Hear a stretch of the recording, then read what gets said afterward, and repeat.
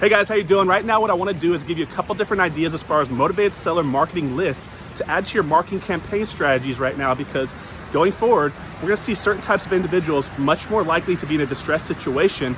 And when they have financial distress, they're more likely to take a discount on the house that they're selling. So you guys are already marketing to lists right now, direct mail, cold calling. So these are some ideas to add on top, layer these on top of what you're currently doing right now. Here they are, guys. I hope you like them. Okay guys, the first list I want you to start thinking about right now is individuals who own multiple properties in their personal name. Now, why is this important right now? Well, think about it. People need money. We are in a financial distress situation big time. A lot of people lost a lot of money in the stock market, which was a security for them, and they may not have that money anymore right now. They may have just lost their job. So if someone just lost their job, just lost a bunch of money in the stock market, didn't have any cash savings, and they have 3 or 4 rental properties because they inherited them from their parents or a family member, or they bought a couple a few years ago and thought they wanted to go into real estate full time and realized this is a little bit difficult and it's going to actually be some work, because real estate you can make a fortune in, you can build financial freedom in, but it's not a get rich quick scheme like a lot of people think. It's get rich guaranteed if you work hard. A lot of these individuals, if they own these properties in their personal name and not in some type of entity or LLC, they're usually not on the level of thought process that the average person is when it comes to being a full-time real estate professional. Now, they're more likely to sell their house at a discount because their lack of sophistication in the business, right? And right now, the financial distress that they're going through is going to make them want to get whatever they can out of these houses and sell them quickly to a cash house buyer and not list them on the MLS. What if you need cash immediately? So this is a good list to be marketing to right now, is individuals who own multiple properties in their personal name, primarily that have high equity in these houses, unless you want to go after a low equity list. And right now, guys, low equity lists are going to be picking up big time as far as individuals who are willing to let you take their house over subject to going forward. So that's just another thought process to look at. Now, here's the next one I want you to think about. Okay, guys, here's the second list of who to think about to market to going forward over the coming years. Who was most affected by the stock market correction? Who was most impacted by the correction in the stock market? Now, before I dig into this, I know some of you guys are screaming like, well, the stock market's coming back, V-shaped recovery, it's all good, we're gonna just blow by it and keep on going like nothing happened. Guys, don't be an idiot. You cannot be this stupid. Like, legitimately, we had 22 million people file unemployment last month alone. Businesses in my market are boarding up. Literally, we're seeing jobless claims, businesses going under. And yeah, the stock market's shooting back up, but that's called emotion. That's not called reality. And yeah, you can make a bunch of money. Trust me, I'm putting my money in, I'm playing right now, but I'm also well aware that a stock market, when it goes up, takes a stair step up, but when it falls out, it takes the elevator straight down. So you guys want to put stop losses, make sure you're protecting yourself, because this thing can fall out sick, nasty, very, very quick like it did the first time. Now, those who do get affected when the stock market crashes quickly are 18-year-olds, right? 22-year-olds, 25-year-olds, 35-year-olds, 45-year-olds, 55 and up. Which one of those age classes is most likely to be affected by the stock market correcting? Now, if you're marking just a blanket list of people that own houses that are 1980 or newer, or whatever you're doing, absentee owners, you're marking to a lot of individuals who are less likely, if they're 35 and under, to be more likely to sell the house to you with an equity position. When you're 55 and up, not only are you more likely to own a house free and clear and have a huge equity position in it, you're also most likely to be the ones that had money in the stock market to get hit by this. So start thinking of the list that you're going after, but also adding another layer on top as far as a variable of age class to market to. This is important, guys, because right now you need to be careful with your marketing money, because this is going to get crazy. I'm telling you right now, I think that there's going to be a housing correction. I've been looking at this a lot, guys, and in the beginning, as you guys know, about a month ago when this started happening, I thought this was going to be ridiculous. I thought this was going to be not a big deal, that this wasn't going to impact. And then when they shut down the entire economy, I was like, holy, they just destroy the country. And even though we're seeing the stock market bounce back up, in my opinion, this is all fake. This is not even reality. I mean, think about it.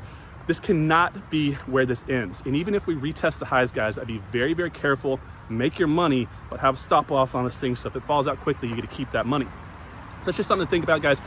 Who is going to be most affected when the market corrects, as far as the stock market, who has already been affected, or who's going to be affected again if we see this V-shaped bounce back and then a fallout again like you've seen in other big corrections in the 29 crash and the 08 crash. So think about that. Now let's go to the third list to think about. List number 3, the last one I want to give you guys. As you can see, it's raining on me. Look at what I do for you guys to try to help you create wealth, which is why you're in real estate in the first place. Remember, it's about wealth creation, ownership of real estate. A lot of people who hop into real estate, they get stuck wholesaling and flipping houses and forget that the real benefit to owning is owning real estate, right?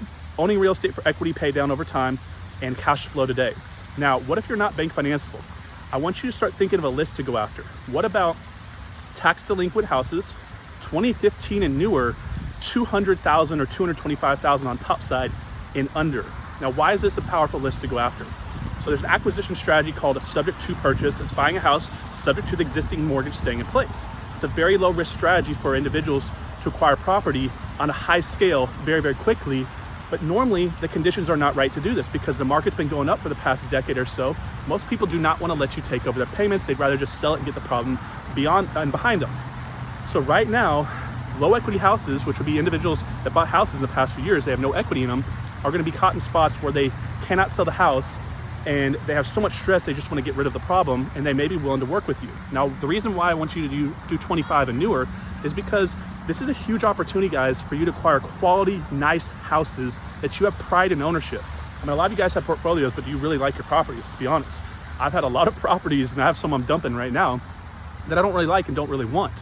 I bought them because the numbers at the time seem to make sense. So what is the traditional way to buy rental properties, right?